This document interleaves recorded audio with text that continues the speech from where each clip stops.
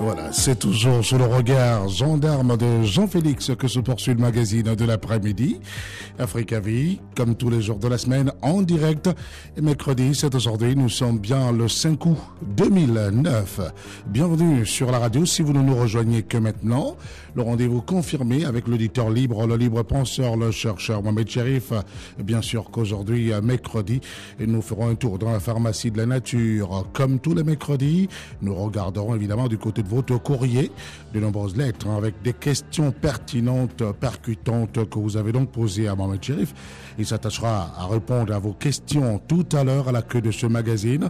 Et puis n'oubliez pas des informations utiles, mais des plus utiles. Nous avons donc amorcé depuis quelques semaines maintenant le mois lunaire, le 8e. Et puis nous évoquerons certainement un sujet d'actualité. Nous le verrons tout à l'heure puisqu'il est bien installé. À tout de suite, messieurs, dames. Africa numéro 1. Cette tranche de vie sur Africa numéro 1, la radio africaine, la troisième partie du magazine de l'après-midi, Africa Vie. Bonjour Mohamed Cherif. Bonjour. Merci d'être là. Mohamed Cherif, vous allez bien, évidemment. Toujours. Oui, bien sûr que nous avons toujours et déjà prié pour vous. Nous demandons à Dieu de vous donner une forte santé. Merci. Et pour nous entretenir ici tous les mercredis. Madame Bivigou Moussunda, Jacqueline, vous êtes à Libreville, la capitale gabonaise. Nous vous disons bonjour aujourd'hui, Madame Bivigou. Madame Bivigou Moussunda, Jacqueline de Libreville, la capitale gabonaise. Il y a toujours au Gabon Madame Valérie, qui se reconnaîtra certainement. Elle est à Gamba, dans l'Ogooué maritime. Elle se reconnaîtra. L'Ogooué maritime, c'est une province, la 8e du Gabon. Madame Valérie, vous vous reconnaissez certainement et vous êtes à Gamba. Merci de nous suivre tous les jours de la semaine et surtout le mercredi. Madame Moustapha, vous êtes à Franceville, au sud-est du Gabon. Madame Moustapha de Franceville, au sud-est du Gabon. Madame Moustapha à Franceville, au sud-est du Gabon. Et puis un anniversaire à souhaiter aujourd'hui, à mercredi. Il y a Madame Bogui Simone de Abidjan, en Côte d'Ivoire, 1 an de plus. Ah, c'est toujours pas bon de donner l'âge d'une femme. Ah oui, une femme n'a pas d'âge. Une femme n'a pas d'âge. Elle n'a pas d'âge. Madame Bogui, nous vous souhaitons, écoutez, beaucoup de chance, beaucoup de santé, et surtout la santé. Grâce à la santé, on peut faire de grandes choses, bien sûr. Madame Bogui, vous qui êtes à Abidjan, en Côte d'Ivoire, Bogui Simone, joyeux anniversaire. Il y a Voumadi Mpele. Elle est au Togo. Vous m'avez dit Mpele, vous êtes donc au Togo, certainement dans la capitale togolaise, Lomé. Mohamed Cherif, ça c'est bien connu, le bonheur des uns fait le malheur des autres. Ça c'est bien connu, allusion notamment ici à l'immigration choisie, en vigueur dans l'Hexagone. Donc la France, la fuite des cerveaux, on le sait, constitue sans nul doute un véritable cancer dans le processus de développement des jeunes nations africaines. Alors, comment, au regard de la paupérisation galopante de ces populations, l'Afrique peut-elle endiguer ce phénomène ? Est-ce que vous avez une proposition de solution sans être démographe, sans être géographe, sans être géopoliticien? Vous savez, ce qui fait rire, c'est que j'ai l'impression que chaque mercredi, c'est une dissertation poétique. Ou... Non, c'est devenu une bonne tradition. C'est devenu une tradition et en plus une bonne tradition. Ah bon, d'accord. Oui, écoutez, c'est dommage quand même pour l'Afrique. Pourquoi l'Afrique perd ses enfants? Je veux dire, à la limite, ces enfants qui s'en vont ne reviennent pas. Est-ce que l'Afrique peut arrêter ce phénomène?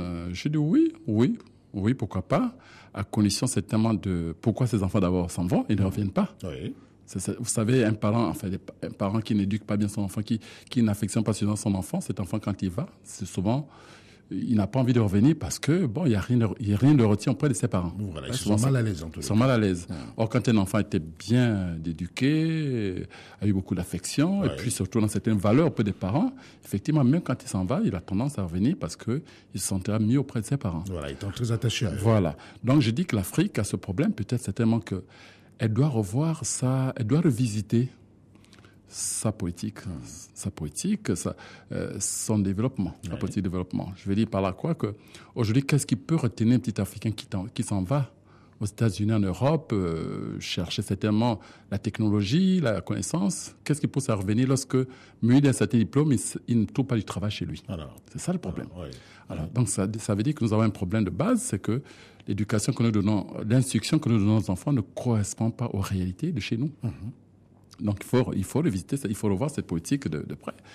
Nous avons aujourd'hui un pays comme un pays comme le nôtre, par exemple ici au Gabon, qui a des matières premières, le pétrole, la forêt et tout le reste.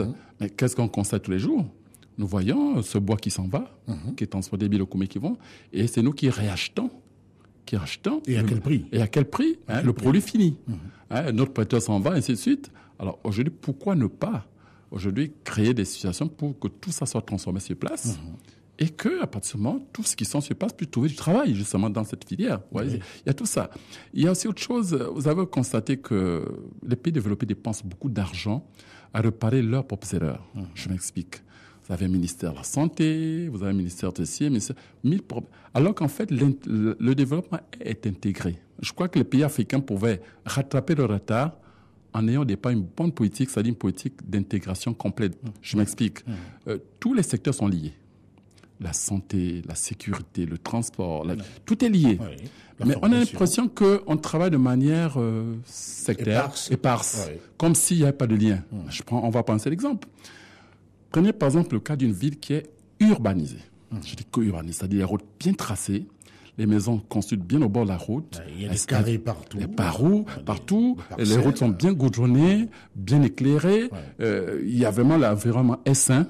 Regardez combien de ponts roseaux en même temps. De un, la pauvreté même diminue parce que lorsque vous achetez votre voiture, vous pouvez mettre 10 ans avec parce que les routes sont bien tracées. Très bien. Les routes sont éclairées, il y a moins de bandits. Donc la sécurité est assurée. Vous vous rendez compte? Le fait que la personne soit logée correctement au bord de la route, c'est sain. La santé, des points de santé sont résolus parce qu'il y a moins de moustiques, il y a moins de saleté autour, parce que tout est propre. Les caniveaux sont cuits. Voilà. Vous avez les établissements. Je prends un exemple, vous prenez un hôpital, une école. À côté, il y a, chaque école ou chaque hôpital, il y a une cité des médecins ou des maîtres. Chaque école, il y a une cité de maîtres. Chaque établissement, il y a une cité de maîtres. Chaque hôpital, il y a une cité de médecins ou d'infirmiers. Regardez le problème. La personne loge juste à côté de son lieu de travail. Les problèmes de transport. Les problèmes de transport sont déjà résolus. Les problèmes de logement sont résolus. Vous résolvez 1000 problèmes en même temps. C'est parce que vous avez pensé ce développement très tôt. Or, aujourd'hui, c'est pas ça. Alors, moi j'ai l'impression, c'est-à-dire que lorsque je vous entends parler comme ça, évidemment, c'est ce que beaucoup d'entre nous pensent. Beaucoup d'Africains, vous l'avez reconnu, qui préfèrent alors s'expatrier, qui préfèrent se retrouver à l'étranger, et parfois qui refusent même de rentrer après leur formation. Parce qu'ils se disent, mais que se passe-t-il? Est-ce que nos politiques africains, est-ce que justement leurs conseillers n'arrivent pas à leur parler comme ça? Écoutez, c'est pas sorcier ce que vous dites. Oui, pas sorcier. Mais là, c'est un point de vision. Ça s'achète pas. Ça s'achète pas. On l'a ou on l'a pas. De un, si on l'a pas, on va voir ce qui se passe ailleurs, on copie. Ce que je comprends pas, c'est qu'aujourd'hui, après, c'est bientôt 50 ans. On va voir ce qui se passe ailleurs, en Europe et tout. On est incapable de copier. Vous avez tous, enfin, tous été en Europe, hein, les villes sont bien tracées, sont propres. Pour prendre, par exemple, le simple cas la France, que vous allez de Toulouse à Lyon, de Lyon à Bordeaux, vous avez l'impression d'être dans la même ville. Oui. Mais c'est quoi? C'est des plans pensés. C'est pensé sur la base d'une carte. Voilà. Il y a des architectes, des urbanistes qui ont pensé tout ça et qui ont mis ça sur le terrain. Et d'ailleurs, à chaque arrondissement de Paris, vous avez tout à l'intérieur. Tout à l'intérieur. L'école primaire, chez nous, par exemple, quand on construit pas un arrondissement, c'est juste des logements. Des logements. Il n'y a rien intégré. C'est-à-dire que pour avoir quelque chose à manger, vous devez vous déplacer à 20 km. Voilà. L'enfant qui apprend là, enfin qui habite là, obligé d'aller le matin, ne prend un bus, aller à 40 km. C'est pas possible. Il faut tout intégrer là. Chez nous en Afrique, c'est plutôt le développement qui vient retrouver la population. Voilà. Donc, parfois, on vous déménage, on dit non, partez de là. Tout notre c'est pour l'État. Voilà. Prenez, vous avez notre cas. Aujourd'hui, nous savons que l'Afrique a quand même certaines valeurs. Des valeurs de partage, de solidarité les uns les autres. Bon, vous avez l'impression aujourd'hui que le logement en ville, c'est juste 4 petits murs, c'est tout. C'est incroyable, hein? Alors que lorsque nous voyons dans nos villages, derrière la maison, il y a un endroit fait par un verger. Ainsi de suite. Ça permet qu'en cas de crise, vous pouvez le soir, lorsqu'il n'y a pas mangé, aller cueillir le feuille de taro, l'oseille derrière, la banane, et Vous voyez? Mais pourquoi on peut apprendre cette politique, même en ville? Nous ne sommes pas obligés de copier servilement ce qui se passe ailleurs, vous comprenez? Voilà notre problème. Donc, c'est un point de vision. Oui. C'est un point de vision. C'est aussi simple que cela. C'est pour ça que celui qui gère, je dis bien, c'est dommage, je parle avec le cœur. Oui, mon Dieu, ça fait pleurer. Ça. Oui, non, mais je dis, il doit gérer avec le cœur. Il doit gérer avec le cœur.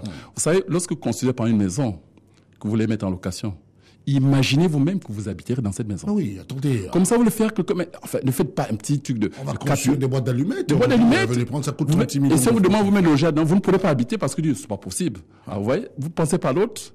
Et vous ne le faites pas donc avec amour. C'est normal que ce que vous faites ne marche pas très bien. Ouais, c'est notre problème. Donc, c'est un point de vision. Voilà. Moi, je dis que, en revenant à des notions aussi simples que celle-là, je vous assure, on peut faire des bons en avant terribles, rattraper beaucoup de retard. Vous avez parlé de copier tout à l'heure. Évidemment, c'est un beau verbe. On a bien regardé. Le Japon a été touché de façon, j'ai envie de dire, profonde pendant la Seconde Guerre mondiale. Oui. Mais regardez le Japon, en moins de 25 ans, ce qui s'est passé. Voilà. Aujourd'hui, le Japon est un exemple à travers le monde. Voilà. Je vous dis. C'est incroyable. C'est pas sorcier. La vision. Je vous assure, la vision. Dans tout ce que nous faisons, c'est la vision. Si nous avons une vision vraiment d'un système intégré dans tout ce que nous faisons, tout se résolvera tout seul. Prenez le domaine du sport. On voudrait rattraper, par exemple, les grandes nations de sport. Bon, regarde comment ça se passe chez nous. Un enfant, moi j'ai beaucoup d'enfants, nous avons beaucoup d'enfants qui passent toute la journée assis à la maison, regardent la télé. Ouais. Parce que là où ils habitent, il n'y a pas d'air de jeu. Ouais. C'est pas normal. Ouais. Or, on doit pouvoir que là où il y a des enfants, forcément, on doit pouvoir se distraire parce que de 3 ans, en fait, de 4 ans à 10 ans, l'enfant doit s'épanouir. Mais non, il n'y a pas d'air de jeu. Tout, c'est juste partout des bicoques et tout. Et puis, vous êtes surpris que le sport ne marche pas chez nous. Vous voyez? Donc, rien que déjà les écoles, il doit y avoir forcément des aires de jeu parce que l'enfant doit se développer aussi bien sur le plan spirituel que sur le plan physique. Vous comprenez? Mais non, l'enfant, c'est à 15 ans, n'a jamais couru et puis vous demandez de faire des gros efforts quand il a 18 ans, 20 ans. On ne peut pas rattraper ce retard. On a envie de se demander si nos hommes politiques, notamment ceux qui nous gouvernent, ont quand même un rêve. Voilà là tout le problème. C'est pour ça que moi, ça m'amuse quand je vois aujourd'hui tout le monde en campagne, ça s'agite et tout. Ben, ensuite, non. Regardez si un candidat a une vision, s'il a un rêve, et qu'il cadre avec ce que nous voulons réellement, vous comprenez? Voilà. C'est pas peu savoir s'il est beau, s'il est joli, s'il est... ma langue, il est de ma province, il est de chez moi, non. Ça ne paye pas. Ça ne paye pas. Franchement, l'Afrique a besoin de rêver, a besoin aujourd'hui des gens qui ont une autre vision. Notre vision pour rattraper ce retard et vivre dans l'aisance. Je dis qu'on peut le faire. Il n'y a rien de miraculeux. Mais seulement qu'aujourd'hui, c'est dommage, nous avons un développement qui n'est pas intégré. On vit de manière éparse. Vous avez tous les jours chacun qui demande, un statut particulier pour nous. Nous avons besoin d'indemnité, ceci, ainsi, ça. Non. Nous avons remarqué que dans tel département ministériel, il y a tel indemnité. Donc nous aussi. Or, si on intègre tout ce que nous faisons aujourd'hui, on dit, pour chaque type d'établissement, des logements d'astreinte appropriés, on aura moins de problèmes. Pour le transport résolu, problème de logement résolu, problème de santé résolu, puisque les logements sont bien au bord de la route, bien. La sécurité est résolue. On fait des économies énormes. On fait la lutte contre le palu, je vais bien, mais si l'environnement est sale, vous avez beau multiplier toutes vos campagnes de palu, il y aura toujours le palu. Or, si vous assainissez la ville, bien tracée, tout, c'est formidable. Et vous n'aurez plus besoin de distribuer des moustiquaires imprégnés. Pas du tout. Comme on le voit partout. On voilà. Des caméras, mais peut-être que ça arrange aussi. Les journalistes d'Afrique numéro 1 venaient montrer, aller dire à tout le monde que nous avons distribué des moustiquaires imprégnés. Mais là n'est pas là. Mais comment on dit que le malheur des uns fait le malheur des autres. Le malheur des uns fait le bonheur des autres. Parce que les vulcanisateurs aujourd'hui sont heureux. Oui. De voir des routes trouées, alors toutes les 2 kilomètres. Allez demander à Jean-Félix si ses mains sont propres en ce moment. Il a crevaison, il a laissé son véhicule très loin et il a dû se démerder pour se retrouver à la radio. Rendez-vous compte, ce sont des choses qu'on ne dit pas à la radio, mais je l'ai dit. Jean-Félix a crevaison, son véhicule. Son véhicule a crevaison, pas lui-même, mais il a un problème avec ça. Mais regardez aujourd'hui en Europe, vous achetez... Parce qu'il y a des trous partout. Regardez aujourd'hui en Europe, vous achetez une voiture d'occasion qui a 10 ans d'âge, mais vous avez l'impression qu'elle a été chez HTR, mais les routes sont bonnes, sont bien tracées, il n'y a pas de crevasse et tout. Et on vous dit cette voiture a 10-15 ans. C'est incroyable. Alors, vous avez du mal, quoi. Commençons donc par le plus simple. Je vous assure, nous allons faire beaucoup d'économies et certainement beaucoup de choses. Voilà. Alors, c'était sympa pour faire réagir. On a parlé avec le cœur, sur un sujet d'actualité. Et bien sûr qu'on en parlera. En tout cas, c'est le problème de Jean-Félix qui m'a poussé à vous poser cette question-là. Et c'est un sujet que nous aborderons évidemment les semaines à venir avec des spécialistes sur cette question. Merci beaucoup, Mohamed Cherif, pour cette brillante réaction. Oui, juste pour ajouter un petit peu aussi que là aussi, parfois, chez nous, on a parfois l'amalgame. Oui. Vous avez un directeur général ou un ministre, n'importe qui est à la fois tout, gestionnaire de crédit, tout le reste. C'est pas possible. C'est-à-dire même le mur qui se fend, on a besoin de le voir pour repasser. C'est pas possible. Or, vous avez un métier qui est aussi important qu'on appelle la conciergerie. Ouais. C'est-à-dire que c'est son rôle que de s'occuper de savoir s'il y a une fissure quelque part. Voilà. C'est son rôle. C'est une ampoule rôle qui il faut regardez. Tous les bâtiments qu'on connaît, il n'y en a pas. Il n'y a pas de concierge. Ouais. Alors, c'est le ministre ou le directeur général qui doit s'occuper de tout. Vous voyez, c'est tout ça, le sous-développement. Mettez chaque chose à sa place. L'homme qu'il faut à la place qu'il faut. Vous allez voir beaucoup de choses vont marcher. Ce n'est pas sorcier, messieurs, dames. Ce n'est pas sorcier. On peut y arriver. Yes week-end. Yes week-end. Yes week-end. Comme disait l'autre. Ah ouais, je dis West week-end. Ça fait plaisir.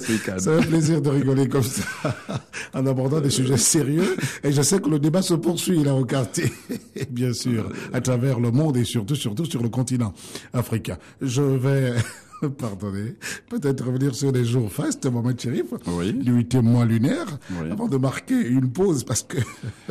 Oui, ce mois lunaire qui a commencé le 23 juillet, oui. Et qui s'arrête le 21 août. Le 21 août. Ça veut dire que nos amis musulmans, je crois, à partir du 22-23 août, ouais. Rentrent en plein ramadan. En plein ramadan. Ouais, donc, parce que nous sommes dans le 8e mois. Alors, dans ce mois, il nous reste combien de jours? Nous sommes aujourd'hui le combien? Nous sommes aujourd'hui le 5. Le 5, donc ouais. Il reste le 8 août, oui. Le 15 août oui. Et le 18 août. Voilà. Ce sont les 3 jours qui restent. Voilà. Le 8, le 15 et le 18 août. Ce sont les 3 jours fastes qui restent. Voilà. 3 jours fastes restent, messieurs, dames. Maman Chérie vous l'a dit, il reste le 8. Le 8, le 15 et le 27. Non, le 18, pardon. Le 18. 18. Oui, le 18. Le 18. Je cours un peu vite. Oh, ouais. En tout cas. Le 18 août. Voilà. Alors, vous avez pris bonne note et c'est très important parce que ces jours sont particuliers. C'est toujours bien de revenir dessus. Oui, ils sont particuliers. Effectivement, ces jours fastes où on peut décider de beaucoup de choses. D'un voyage, très important, d'une demande en mariage, de signer un contrat. Enfin, vraiment... d'aller demander une augmentation de salaire à votre patron. Voilà. Il y a tout ça. Vous rencontrez votre patron pour lui dire mon véhicule a crevaison, je voulais remplacer la roue. Jean-Félix, n'hésitez pas. Puis justement, laissez votre véhicule où il est. Attendez le 8 pour poser le problème. Oui. Donc j'insiste là-dessus. Le 21 août, ce mois s'arrête. Oui. Donc à partir du 22-23, certainement, le ramadan commence. Oui. Donc vous voyez que... Voilà. C'est un mois faste, en tous les domaines. Un mois faste, on en reparlera. Oui, on en reparlera du ramadan, le grand jeûne du mois de ramadan pour nos frères musulmans. On marque une pause, un très courte, et on revient tout de suite. Ne bougez pas, messieurs, dames. Vous écoutez Africa numéro 1, votre radio. C'est Tranche de vie, mercredi, c'est aujourd'hui. Le mercredi, vous le savez, j'accueille pour vous l'auditeur libre, le libre penseur, le chercheur Mohamed Cherif. Mohamed Cherif, vous conseillez dans votre livre de ne jamais mélanger au cours d'un même repas de la viande et du poisson en même temps. De même pour la banane et le manioc. Alors, peut-on comprendre pourquoi? D'abord, je rappelle le titre de votre livre, c'est très important d'en parler. Alimentation adaptée à ton groupe sanguin. Ouais. Donc, chacun se retrouve. Oui, et puis, je peux me permettre, si vous voulez, me permettre de rappeler les 4 groupes sanguins qui existent. Il y a le groupe A, il y a le groupe B, il y a le groupe O et il y a le groupe AB. Il y en a 4 au total. Alors, vous permettez cela, vous interdisez même. Pourquoi? Non, je n'interdis pas. Non, c'est un principe scientifique. Oui. On appelle ça le principe de la supplémentation alimentaire. Ça veut dire quoi? Ça veut dire tout aliment que nous mangeons produit des calories, de l'énergie. Alors, certains aliments, quand ils sont mélangés, ils se neutralisent. Oui. Et donc, vous empêchent de bénéficier réellement des apports nutritionnels de ces aliments-là. C'est pour ça que certains mélanges ont été étudiés et ils ne sont pas bons. Ça dit notamment, par exemple, les protéines, par exemple, ne doivent pas se mélanger. Par exemple, viande, poisson, ça ne se mélange pas. À table, vous mangez de la viande, vous mangez du poisson. Comme ça, vous pouvez bénéficier réellement de l'apport nutritionnel de ces aliments. Compagnie du manioc, de la banane, du riz, de la patate en même temps, ça peut s'annuler. Vous savez? Donc, ou vous mangez le riz tout seul, ou vous mangez la banane, ou mangez le manioc, mais ne mélangez pas. Ne mélangez pas. Voilà, donc, ça peut créer une supplémentation négative. C'est-à-dire que vous ne profitez pas de ces aliments qui deviennent plutôt, si se neutralisent, et finalement, c'est plus pauvre que si vous avez mangé un seul aliment à la fois. Vous voyez? Donc, c'est scientifique, hein, c'est pas... c'est pas sorcier. C'est pas sorcier. Voilà. c'est scientifique. Là, je passe dessus parce que ça a été bien expliqué dans le livre. Donc, je sais pas. C'est un peu ça. Donc, c'est scientifique. C'est parce que lorsque vous mélangez ces non-aliments, ben, vous n'en profitez pas, puis tout ça se neutralise. Et puis, c'est comme si vous avez mangé des morceaux de bois. Voilà. On comprend bien. Voilà. On comprend bien, parce que bon, celui qui pose la question n'a peut-être pas le livre. Il n'a pas certainement le livre. Non, c'est bien clair. expliqué, très bien expliqué. On l'a toujours déjà dit, ce livre est accessible à tous. Accessible, c'est-à-dire que si vous le lisez, vous comprenez facilement et vous pouvez appliquer ce qui est dit. Absolument. Je voudrais témoigner, c'est un auditeur, je voudrais témoigner publiquement de l'efficacité des recettes que vous avez prescrites dans votre livre, du moins celles que j'ai essayées. Cependant, j'ai constaté, l'auditeur poursuit, l'absence de quelques-unes de celles que vous avez déclinées au cours de vos émissions. Auriez-vous prévu pour cela, évidemment, un second tome? Bon, moi, je peux dire un mot. Je sais que vous avez donné beaucoup de recettes. Déjà, depuis que nous avons commencé, ça fait 4-5 ans maintenant, on a dit beaucoup de choses. C'est clair. Beaucoup à l'humanité. C'est clair. Bon, maintenant, il y a des choses que nous avons oubliées, puisque vous parlez, puisque vous l'avez écrit. Oui, il y a celles... Bon, pas oublier, non. Je veux dire par là, c'est que cet ouvrage, j'ai mis quelques recettes, quelques-unes des recettes, certaines qui n'ont même pas été dites à l'antenne. Voilà. C'est pour ça qu'on dit secret d'eux. Ouais. Par exemple, les secrets de femmes. Les secrets de femmes. J'ai toujours hésité d'en parler à l'antenne. On n'en parle pas à l'antenne parce que ça, c'est réservé à ceux qui vraiment prennent le livre parce qu'il y a des choses qu'ils ne disent pas en public. Et bien sûr, et par respect pour ces chères dames. Voilà. Celles qui sont de la race de nos mamans. Il y a ça. Voilà. Donc, non, c'est vrai, il y a un second tome qui est prévu, où ils auront toutes les recettes qu'ils veulent, qui manquent, parce qu'il y en a qui disent oui, il manque telle recette, ça vient, ne vous inquiétez pas, il y aura certainement un second ouvrage d'ici la fin de l'année, où il y aura le gros d'ailleurs, c'était juste un aperçu de recettes, ils auront au moins de 200 recettes dans tous les domaines, donc ils pourront avoir une bible de recettes pour se soigner. Vous ne craignez pas, une question que moi je m'en vais vous poser comme ça, vous ne craignez pas évidemment que ces recettes-là soient donc plagiées, copiées, appliquées par certains charlatans qui nous écoutent? Non, sincèrement, je le peut-être acheter le livre. Non, je le fais pour le grand public. Je fais pour le grand public. C'est pour ça que vous voyez que cet ouvrage ne coûte même pas le prix d'une consultation médicale. Bien sûr. Et j'incite... C'est un cadeau. C'est un cadeau. Je vous assure, je demande aux gens d'acquérir ce livre pour ne pas se faire triander par d'autres. Parce qu'il y en a, quand vous n'avez pas ce livre, il y en a qui le prendront et vont ouvrir l'officine pour faire les médecins. Et ça marchera malheureusement. Ça marchera parce que les recettes sont faciles à faire. Et comme ils savent que tout le monde n'a pas accès au livre, écoutez, venez, vous avez mal d'estomac, pas de problème, vous donne la recette. Vous avez l'hypertension, voilà ceci. Vous avez l'impuissance sexuelle, il vous donne, et puis ça marche. Vous dites, mais ce ganga-là, il est fort, alors qu'en fait, il n'a fait que plagier dans le livre. Alors, autant prendre ce livre vous-même. C'est pour ça que je dis, il est bon marché. Que chacun vraiment prenne son livre pour... C'est vraiment éviter la Bible de la santé. On va revenir évidemment sur la façon avec laquelle vous pouvez vous procurer ce livre, c'est très important. Comment avoir ce livre? On va dire un mot dans un moment, mais puis des secrets des hommes, Mohamed Cherif, et les secrets des hommes et des femmes contenus dans l'ouvrage. L'alimentation adaptée à ton groupe sanguin. Peut-on dévoiler quelques-uns ici? Non, on ne va pas dévoiler. D'abord par respect pour ces dames et ces messieurs. C'est quand même des secrets. Si on dévoile l'antenne, c'est plus des secrets. Vous avez dit secrets d'hommes et secrets de femmes. Secrets de femmes. En plus, il y en a qui ont acquis le livre. C'est malhonnête quand même de dévoiler en antenne ce que les autres ont. Ils ont fait l'effort pour l'avoir. Mais tout ce qu'on peut dire, c'est qu'il y a dans ces recettes, il y a dans ce livre des recettes pour permettre aux hommes et aux femmes de se valoriser vis-à-vis de leur partenaire, dans tous les domaines. L'homme qui veut se valoriser auprès d'une femme a tout ce qu'il faut dedans. Une femme qui veut se valoriser auprès d'un homme, ou même des hommes, parce que les témoignages sont les gens. Moi, je connais ces trucs qui me disent, mais c'est pas possible. C'est une horde d'hommes qui me suivent maintenant comme des chiens, je comprends pas de suite, ou bien... Oui. D'autres qui te disent, non, c'est pas possible, il y a longtemps que mon mari m'a... il y a tout ça. Pourquoi? Parce que j'ai dit, ok, mais c'était ça l'effet désiré. C'était l'effet désiré. C'est pour ça que c'est secret de femme. On ne dévoile pas ça à l'antenne. Ceux qui veulent l'avoir, font l'effort pour avoir le livre, ils auront tous ces secrets. Alors, faites un effort, justement, de vous procurer. Surtout ces belles femmes, j'ai vu de ces femmes, surtout j'ai vu de ces femmes retrouver leur ligne, leur taille, vraiment. Aujourd'hui, elles sont enviées parce qu'elles suivent. Elles étaient fières. Elles sont fières plutôt. Les autres sont même étonnés. C'est pas possible. Quel est ce miracle? En 2 mois, comment tu as fait? Écoutez, tout le secret, c'est dans les livres. Et pourtant, il suffit de suivre l'alimentation adaptée à ton groupe sanguin. Ça y est, c'est terminé. Alors, pour ceux qui sont à Libreville, évidemment, ils peuvent se procurer ce livre au kiosque de la presse, à proximité du cinéma Le Como. Ça, c'est bien connu pour ceux de la capitale gabonaise, Libreville. Pour d'autres, à Franceville, le sud-est du Gabon, la pharmacie des Plateaux, à voir Monsieur Blaise, et Blaise qui s'en occupe. C'est très important.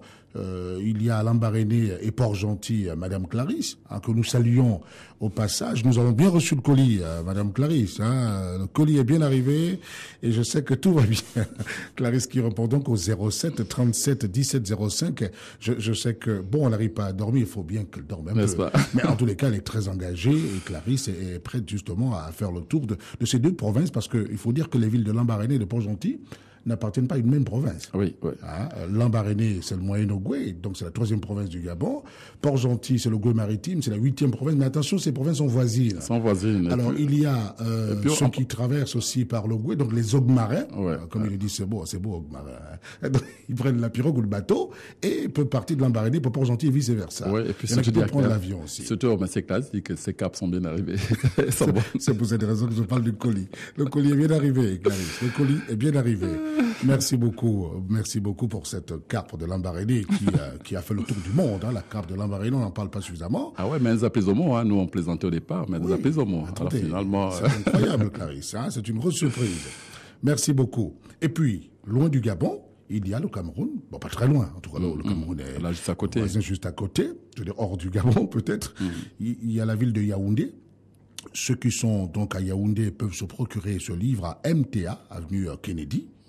Vous arrivez là-bas à MTA, vous posez la question et vous avez le livre. Il y a la librairie islamique de la briqueterie notamment aussi. Donc il y a MTA, avenue Kennedy, et la librairie islamique pour ceux de Yaoundé au Cameroun. À Douala, ville économique, il y a MTA Bonanjo. Alors, je pose toujours la question et malheureusement, je tombe sur les Ewondo, je tombe sur les Bamileke et autres. C'est pas croyable. Vous êtes Douala. Vous nous recevez en ce moment du côté de la ville économique du Cameroun. Appelez-nous lorsque nous ouvrirons le téléphone tout à l'heure pour nous dire, pour nous apporter la signification de Bonanjo. Il y a beaucoup de Bona d'après une amie Ewondo du Cameroun que j'ai rencontré le week-end. Il m'a dit qu'il y a beaucoup de Bona. Il y a Bonanjinje, Bonanjo, Bonassi, Bonapriso, Bona, beaucoup de Bona. Donc tous les Douala nous écoutent. Appelez-nous, Bonanjo. Bona, c'est vrai, Bona, Njo. Bonjo, c'est quoi exactement? On nous dira, certainement. Donc, il doit y avoir une signification tout de même. Ça, c'est pour le Cameroun. Du côté de la Côte d'Ivoire, à Abidjan, MTA, c'est à l'immeuble GCEDA, non loin de la RTI, nos confrères de la RTI, qui sont nombreux d'ailleurs, qui sont déjà procurés ce livre. Félicitations. Et bien sûr que les échos sont plus que favorables. Ça, c'est pour nos confrères de la RTI qui certainement, et qui vous attendent, maman Chérif, de pied ferme. Lorsque vous mettez les pieds à Abidjan, ce sont eux qui viendront vous accueillir à l'aéroport, qui vous amèneront directement à la télévision avant que vous ne vous retrouviez dans votre chambre d'hôtel. Ne vous en faites pas. Du côté du Burkina Faso, il y a Ouagadougou Zongo Saïdou, qu'on ne présente plus, très actif. Il est donc au 70 19 01 ou 78 43 07 13. Et pour ceux qui sont notamment dans les villes voisines, vous pouvez appeler notamment au 00226, qui est l'indicatif du Burkina Faso. Et le numéro, c'est 70 19 01 et 78 43 07 13. Pour le Bénin, à Cotonou, à Frijose, il y a Philent Egbo, qui est avant donc le pont. On peut le retrouver facilement à Glélé. C'est avant le pont, c'est un quartier de Cotonou. C'est ça l'Afrique, ouais. Voilà. Et chez les autres, c'est rue numéro tel, rue tant. Nous, c'est à côté d'eux. Avant... c'est ça le soulèvement l'Afrique. Parce que justement, en Afrique de l'Ouest, il y a ce qu'on appelle les carrés. Ouais. Chacun dans son carré. Parce que la ville est bien tracée, en damier, etc.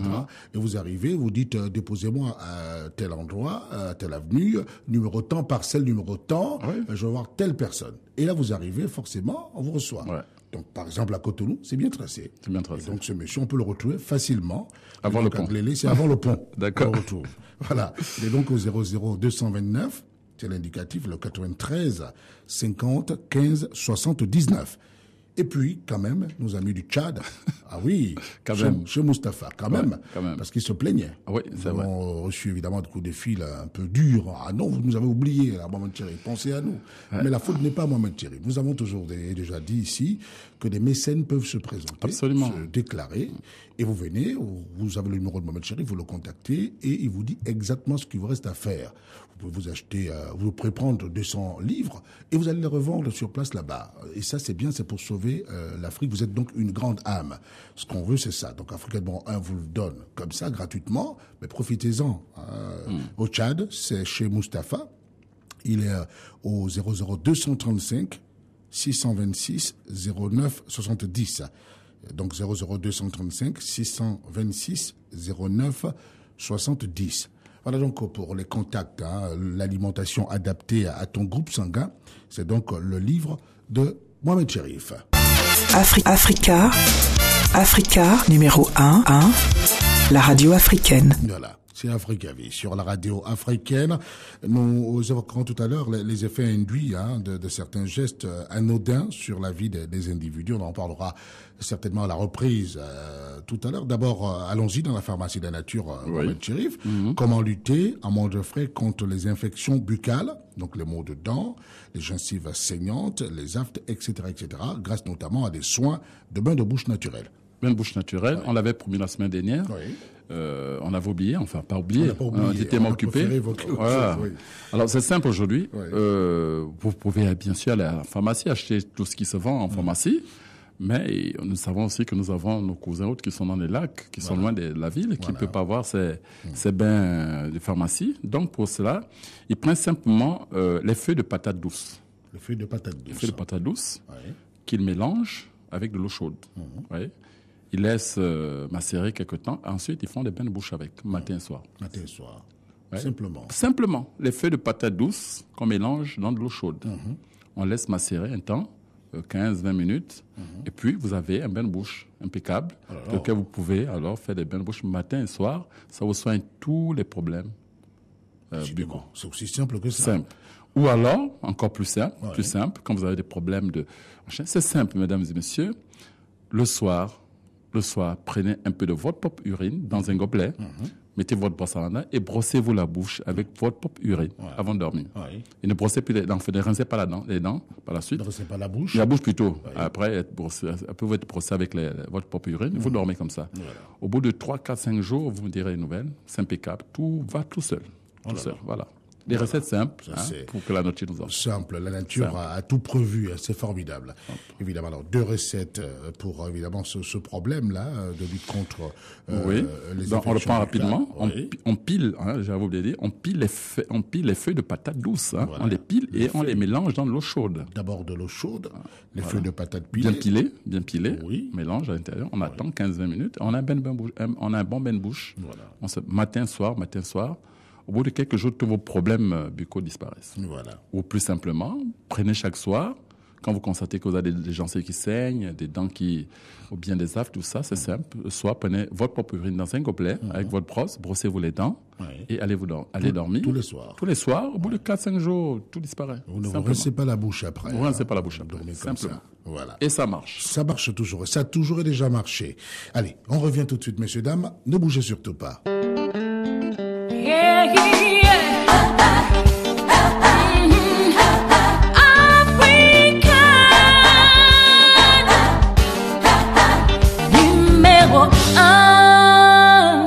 Africa Vie sur la radio africaine. Mercredi, c'est aujourd'hui. J'accueille pour vous l'auditeur libre, le libre penseur, le chercheur Mohamed Cherif. Évidemment, avant de répondre à vos questions, il y en a beaucoup, on va le voir tout à l'heure. D'abord, les effets induits de certains gestes anodins sur la vie des individus. On avait commencé il y a 3 semaines maintenant. Oui, il y a 3 semaines. Ouais. Et on va continuer quand même. Oui. Oui. Donc, nous avons vécu un certain nombre de blocages, de difficultés inexpliquées chez certaines personnes, peuvent avoir pour origine certains gestes anodins. Bon. Nous avons par exemple vu que parler mal d'un mort ou attiser la haine ou la querelle entre 2 personnes vous attire des difficultés. Ah oui, les gens qui incitent les querelles entre 2 personnes. Quelqu'un vient vous voir, écoute, au lieu plutôt de les réconcilier, non, tu attises au contraire. pour justement qu'ils deviennent des véritables ennemis. Ah ben attention, c'est ce qu'il t'a fait. Ben non, mais tu prends le couteau. Voilà ce que tu dois couteau, faire. Tu vas voir telle personne. Oui, Mais mon c'est mari m'a grave. fait ceci. Oui, machin, non, si tu fais ça, toi, tu dois. Non, faut plus faire. Ouais, vous poussez les uns vers le divorce, ouais, ça arrive, ça. Voilà. Donc, ça vous attire des difficultés inexpliquées. Souvent, ça vient de là. Ouais. Bon, on a déjà dit, hein, nos femmes qui font à manger, qui préparent, par exemple, c'est pas moi, ils vont verser l'eau chaude au sol. Ça aussi, ça attire des ennuis. Ouais. Après avoir fait de l'eau chaude, on laisse refroidir. On laisse refroidir avant de verser. Mais pas aussitôt, vous allez vite verser derrière la maison, au sol, c'est pas bon. On n'a pas dit. Voilà. Pas dit. Oui, enfin, on revient dessus. Toujours, oui. Voilà. Dormir ou bailler la bouche largement ouverte. Vous voyez, parce que justement, les entités démoniaques rentrent par la bouche. Quand la bouche est largement ouverte, là, lorsque vous dormez, ça rentre. C'est là où justement, c'est une possession. Vient de là. Vous savez pas, mais c'est comme ça.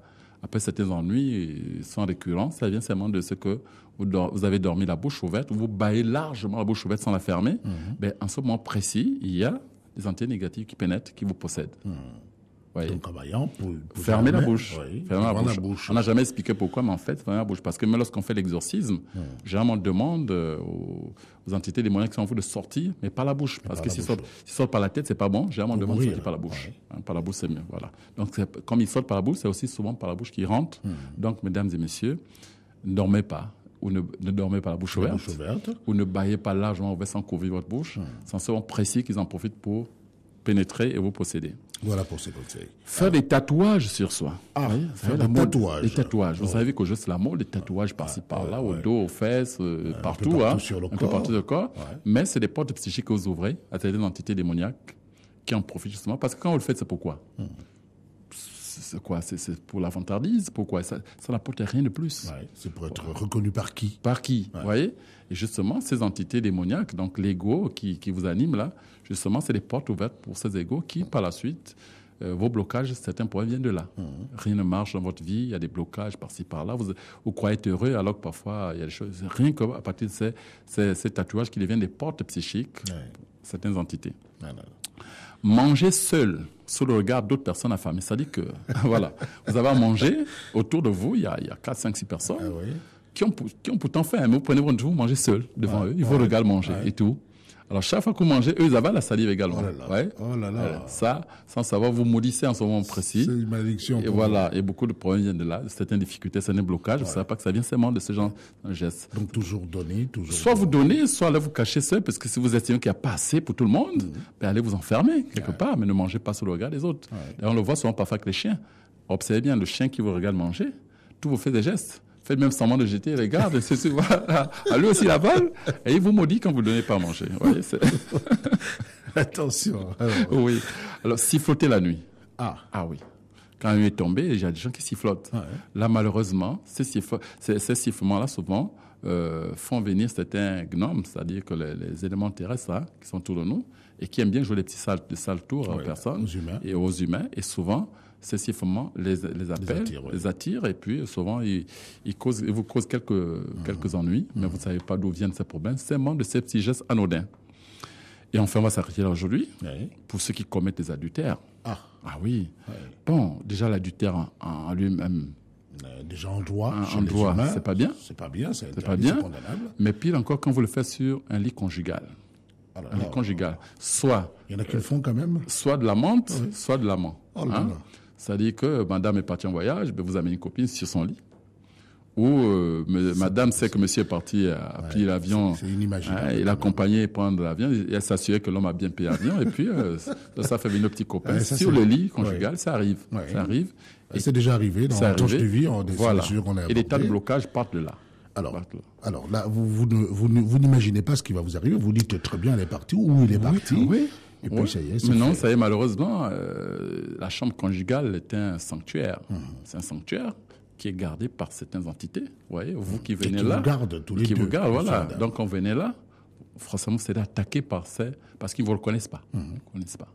Ouais, donc, forcément, vous êtes un voleur. Vous êtes un voleur, et certains ennuis partent de là. Et sérieux, c'est sérieux. Ils partent de là. Et vous demandez. Qui a des ennuis? La personne qui est amenée à l'étranger? Tous les deux. Ou les deux? Tous les deux, bien sûr, puisque vous vous associez. Tous les deux. D'ailleurs, je connais un monsieur qui avait une plaie incurable, et puis lorsqu'il va chez un guérisseur, puis le monsieur en le consultant dit « Tiens, votre plaie là, ça date de longtemps. Ça fait 30 ans que vous avez sorti la femme de monsieur. Alors. Ah oui, vous avez de la chance de vous devez mourir depuis longtemps, parce que cette femme était blindée. Vous ne saviez pas, et puis ce virus est rentré en vous, et vous avez la chance, vous auriez pu mourir depuis longtemps. » Et le monsieur a reconnu, oui, c'est vrai. C'est vrai. C'était un adultère, vous vous rendez compte? Oui, mais cette plaie incurable datait d'il y a 2-3 ans. Oui. Mais en fait, il a contacté le virus psychique là, il y a 30 ans. Ouais. Et est-ce qu'il a trouvé une solution quand même? On l'a guéri? Ben écoutez, plus ou moins, parce que certainement, il a dû confesser, il a dû faire certaines choses, et puis bon, c'est un peu ça. C'est difficile. Attention donc à l'adultère. Adultère, et puis encore dans un lit conjugal. Voilà donc pour ces conseils, attention aux gestes que vous... Anodin. Aux gestes anodins. Oui, il semble anodin. Il semble anodin, oui, bien sûr. Mais attention aux conséquences qui pourraient être fâcheuses, ces conséquences-là. Revenons maintenant à d'autres questions que les auditeurs vous ont posées à Mohamed Cherif. Quelle différence fondamentale faites-vous entre le savoir et la connaissance? Le savoir et la connaissance. Le savoir et la connaissance, c'est la même différence que nous faisons entre le contenu et le contenant. Entre le contenu et le contenant. Entre l'extérieur et l'intérieur. C'est-à-dire que vous avez le savoir, c'est l'aspect apparent des choses. C'est l'aspect apparent des choses. Tout ce que vous voyez, c'est en fait qui correspond aux réalités. Ce que vous voyez devant vous, comment ça se passe, la science, tout ça, ce sont le savoir. Voyez. Alors que la connaissance, c'est la quintessence, c'est l'essence même des choses. Donc c'est le pourquoi. Le savoir, c'est le comment sont faites les choses, et la connaissance, c'est le pourquoi. Pourquoi. Ça ne relève pas de votre intelligence, non. Le savoir, oui, parce que vous avez vu comment on fait telle formule, comment ça marche. Vous pouvez déduire, vous avez appris, vous pouvez même le répéter. C'est le propre des professeurs. Les professeurs sont des savants. Ils ont le savoir. Alors que les maîtres ont la connaissance. Donc c'est la quintessence, l'essence même des choses. Donc l'expérimentation. Voilà. Vous voyez par le courant, vous pouvez décrire, oui, le courant, c'est parce qu'on fait machin. Mais vous ne pouvez pas définir l'essence même du courant, c'est-à-dire pourquoi est ce courant. C'est un peu ça. C'est pour ça que la connaissance s'acquiert par l'initiation. Non, pas l'initiation. Par l'initiation. L'expérimentation. Alors que le savoir, c'est par l'apprentissage. On vous apprend, on vous dit que ceci a existé, il y a l'histoire, il y a la science, tout le reste. Ça, c'est le savoir. Vous pouvez répéter comme un perroquet ce que vous avez appris. D'ailleurs, la plupart des grands docteurs qui ont des thèses dans ceci, cela, sont des savants. Ils répètent ce qu'ils ont appris.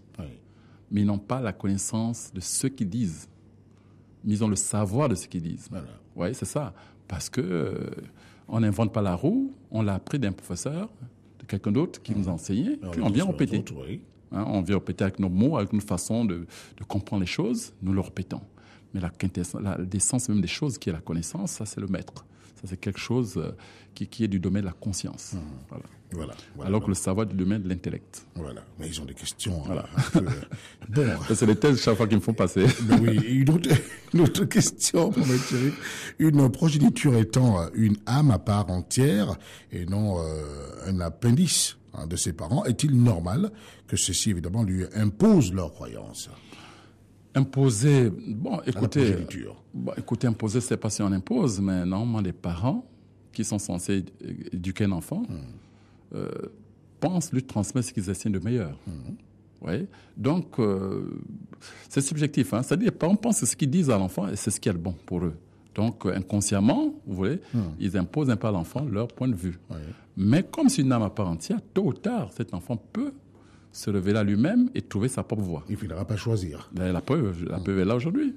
Je suis né des parents chrétiens.